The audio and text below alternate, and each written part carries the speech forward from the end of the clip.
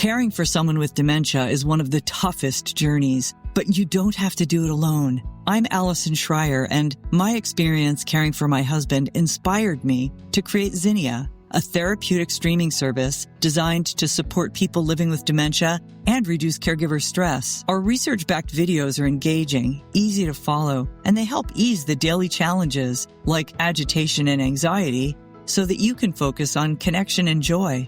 Available by subscription on mobile and TV apps, Zinnia makes every day a little bit easier. Go to zinniatv.com and sign up for a free trial today. Use the code RESOURCE for 15% off an annual Zinnia subscription. Life Audio. The Bible Study Podcast, episode 836. Today, the Bible Study Podcast continues the study of the book of Psalms with Psalm 97.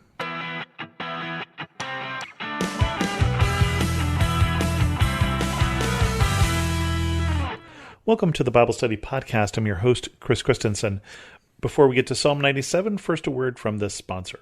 Caring for someone with dementia is one of the toughest journeys, but you don't have to do it alone. I'm Allison Schreier, and my experience caring for my husband inspired me to create Zinnia, a therapeutic streaming service designed to support people living with dementia and reduce caregiver stress. Zinnia offers research-backed videos intentionally created for people with dementia, engaging, calming, and easy to follow. Whether you need to ease agitation, create moments of joy, or make daily routines smoother, Zinnia is here to help. Family and professional caregivers use our content to turn challenges into opportunities for connection. Accessible by subscription on mobile devices and connected TVs, Zinnia is simple to use whenever you need it. Because when caregiving feels easier, life feels better. Go to zinniatv.com and sign up for a free trial today. Use the code RESOURCE for 15% off an annual Zinnia subscription. Psalm 97, we continue on with one of these Psalms of praise. This is a favorite one. I think some of you will recognize this. The Lord reigns, let the earth be glad, let the distant shores rejoice. Clouds and thick darkness surround him, righteousness and justice are the foundation of his throne. Fire goes before him and consumes his foes on every side. His lightning lights up the world, the earth sees and trembles. The mountains melt like wax before the Lord of all the earth. The heavens proclaim his righteousness, and all peoples see his glory. All who worship images are put to shame, those who boast in idols. Worship him, all you gods. Zion hears and rejoices, and the villages of Judah are glad, because of your judgments, Lord. For you, Lord, are the most high over all the earth. You are exalted far above all gods. Let those who love the Lord hate evil, for he guards the lives of his faithful ones, and delivers them from the hand of the wicked. Light shines on the righteous, and joy on the upright in heart. Rejoice in the Lord, you who are righteous, and praise his holy name. Another song of praise, and an uplifting one here, talking about the mighty, awesome power of God. And it talks about the Lord reigns. The Lord is in charge. The Lord is ruler. The Lord has the last word and the final say. And I don't know about you, I don't always live as if that were the case, and I should. All the decisions we make should go through him. I've been reading in my personal devotions in 1st and 2nd Samuel, and I'm just reading here about the first part of David's life when he's just being amazingly successful. And it's not really surprising because he's, for instance, during the time when he's escaping Saul or when he's first fighting people after he becomes king, he'll consult with the Lord and say, well, Lord, should we attack? And he'll say, well, yeah, go around to the back and attack that way. And, you know, if that's what's going on, if you're consulting with God and God is answering you, you're going to do pretty well. We don't necessarily get as clear answers as David did, but we need to remember that the Lord reigns, that the Lord is in charge of everything. Let the earth be glad. And that's basically the response to understanding that God is in charge is joy. Understanding that eventually everything will make sense, that everything is moving towards the plan of God. Let the distant shores resound. So not just the people around here, not just my neighbors, not just the people I know, but in all the earth. Clouds and thick darkness surround him. Righteousness and judgment are the foundation of his throne.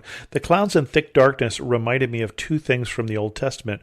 One is that pillar of fire and that pillar of cloud that led the people in and through the Red Sea and into and through the Sinai Peninsula as they were coming out in Exodus, but also when they get to the holy mountain and it's surrounded by clouds and thick darkness and lightning and that awesome power of God that made the people afraid at the foot of the mountain. It is awesome. And that is what the psalmist is saying. This is who God is. But it also says here, as righteousness and justice, the foundations of his throne, what does God build on? And he builds on this foundation of righteousness and justice. And we talked about this many different times in various studies here, that God desires justice. And justice meaning whether you're rich or whether you're poor, whether you're black, whether you're white, whether you're purple, that everybody has the same rules, everyone follows the same laws, and everyone gets the same rewards and the same penalties for those who don't follow the rules. That there is justice and righteousness, that we are right with God. Fire before him, again, fire goes before him and consumes his foes on every side. And I think again of that pillar of fire that led the people. His lightning lights up the world. The earth sees and trembles. I live in a place that doesn't get a lot of lightning. I know some of you live places where every afternoon at 5 o'clock in the summertime, you get a lightning storm. We get one every 3 years.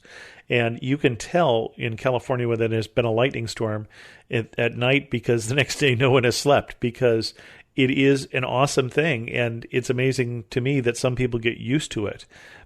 I've been in good classic downpours in Florida or Midwest thunderstorms where I get where the psalmist is coming from here, where the psalmist is trying to describe that kind of power. If you're someone in that day and age that the psalmist was writing, where else would you see that kind of power? Where else would you get that raw sense of power? They didn't live in an area where you'd see a lot of hurricanes, where you'd see a lot of tornadoes. Maybe the psalmist might have used one of those, or volcanoes wasn't something that they were familiar with, and so lightning. That the earth sees and trembles. The mountains melt like wax before the Lord of all the earth. And so the psalmist takes the thing that he thinks of as most permanent looking, the mountains, and describes that they are nothing compared to the power of God. That even the mountains wouldn't stand up to the power of God. The heavens proclaim his righteousness, and all peoples see his glory. The psalmist is perhaps looking here to a later day when all the people can see and recognize the glory of God. That day will come. All who worship images are put to shame, and those who boast in idols. And so we're remembering here that one of the problems that Israel had was it keeps getting drawn in to the religion of its neighbors here, this worship of idols. And as we've talked about so many times, that those idols cannot save you. And so to see the awesome power of God as opposed to those worthless, powerless idols, that you would be ashamed to know that you were one who had worshipped them. Worship him, all you gods. So all, including those who are worshipped themselves, should worship the one true God. Zion hears and rejoices, and the villages of Judah are glad because of your judgments, Lord. We're running into some issues now in my country where not everyone has a high regard for the judgments that are coming out of our legal system.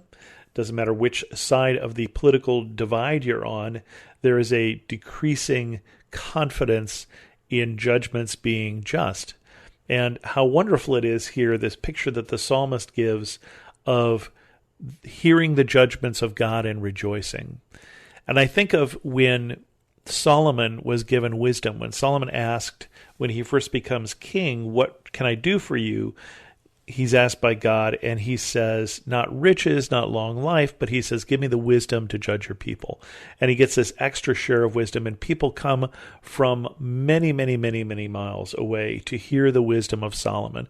We still tell some of those stories from the books of Kings, talking about the wisdom of Solomon. How much more so the wisdom of God. For you, Lord, are the most high over all the earth. You are exalted far above all gods. Let those who love the Lord hate evil, for he guards the lives of his faithful ones. So we kind of switch directions here. Now we're not just praising, but we're giving some instruction here. Let all those who love the Lord, well, I'm hoping that includes you and I hope we love the Lord on a consistent basis. It says then we should hate evil. We should hate those things that God hates. I didn't say people.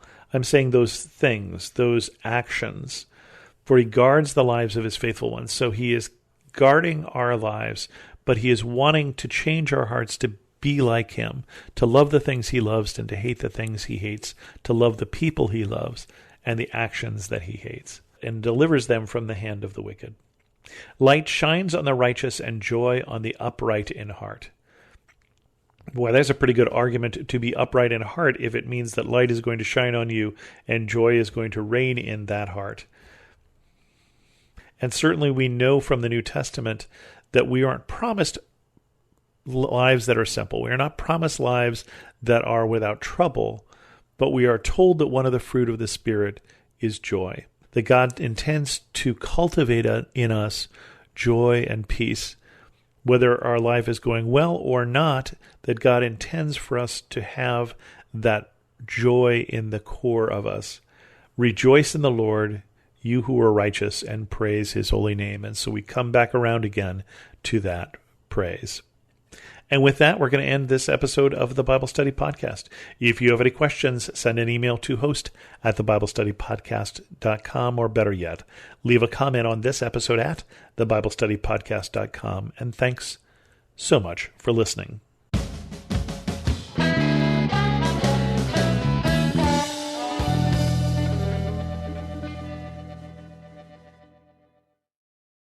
I want to take just a second to thank the team at Life Audio for their partnership with us on this podcast. If you go to lifeaudio.com, you'll find dozens of other faith-centered podcasts in their network. They've got shows about prayer, Bible study, parenting, and more. You're fearfully and wonderfully made. God looks at your heart, not your jean size. Do you know the verses, yet still stress over your body? Oh, I get it. I was raised in church, but I struggled with food, eating disorders, and my body for decades. I'm Heather Creekmore, host of the Compared to You podcast, where we talk about all things body image and comparison from a biblical perspective. We get real about the pressure to focus on appearance in a culture where looks seem to matter most. Whether you're wrestling wrinkles or battling the scale, Compared to You is the show for you. You'll laugh a little and be encouraged a lot. If you're ready to stop comparing and start living, visit lifeaudio.com to listen and subscribe.